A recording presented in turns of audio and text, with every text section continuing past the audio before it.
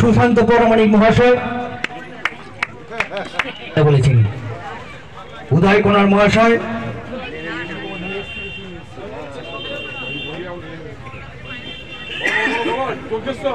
যোগেশ্বর মহাশয়,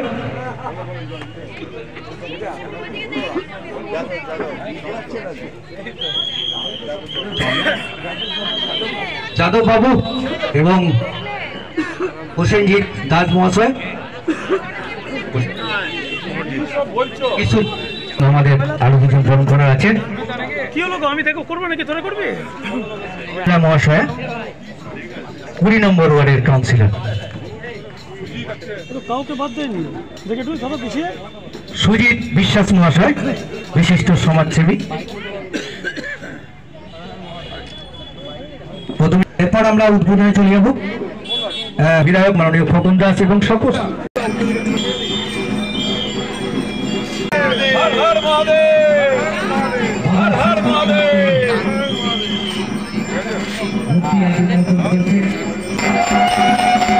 খোকন দাস মহাশয়,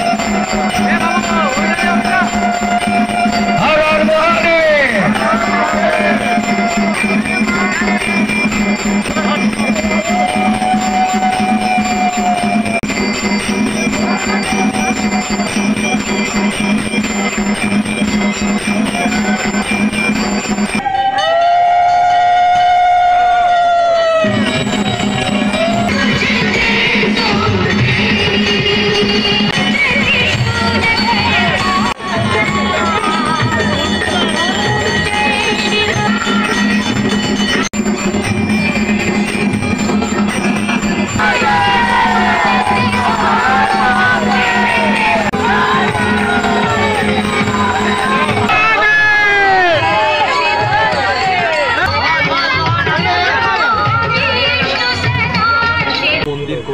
আমাদের পৌরসভার এমসিআইসি প্রদীপ রহমান, যেটা ছট পুজোর মন্দির, সেই ছট পুজোর মন্দিরকে সামনে রেখে নতুন করে আবার একটা আজকে মহাদেবের মূর্তি বসানো হলো এবং সেই মূর্তির আজকে প্রতিষ্ঠা হলো।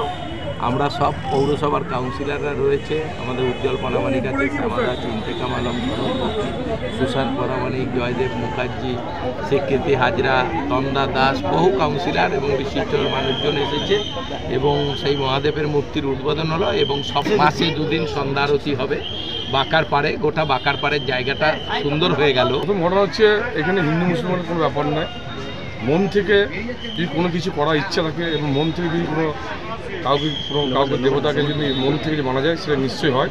এবং আমি একটা দলের মধ্যে যুক্ত। আমাদের মাননীয় মুখ্যমন্ত্রী মমতা ব্যানার্জি সবসময় বলেছে ধর্ম যার যা, উৎসব সবার।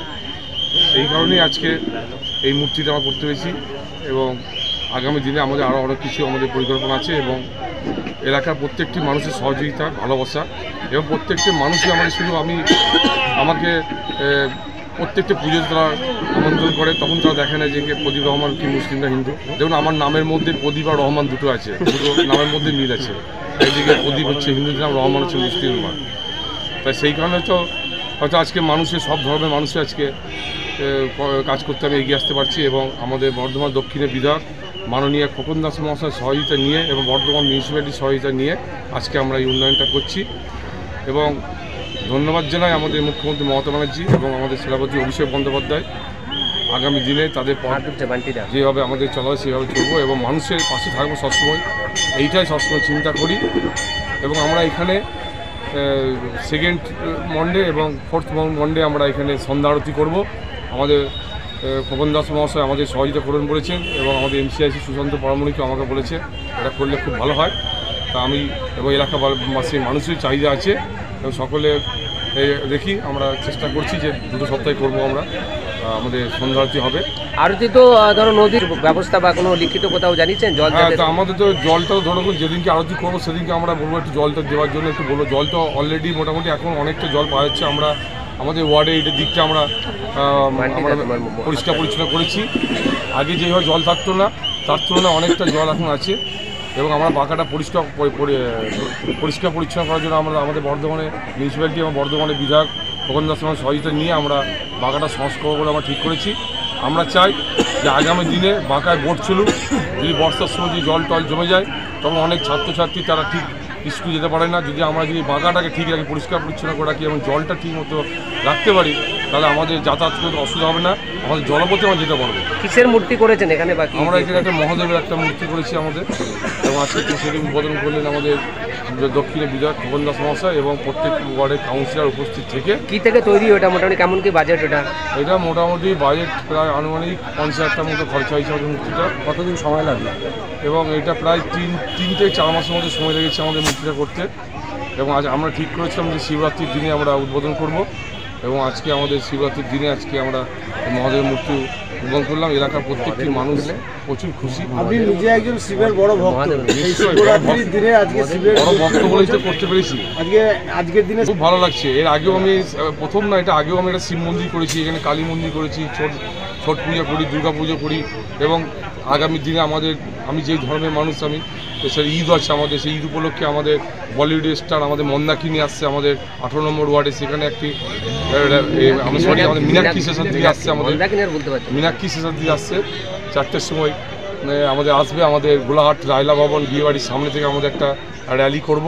আমি সকল আমাদের সাংবাদিক বন্ধুদের সেদিনকে উপস্থিত থাকার জন্য আমি বলবো, আমাদের ঈদের দিনকে সেদিনকে আমাদের র্যালি হবে।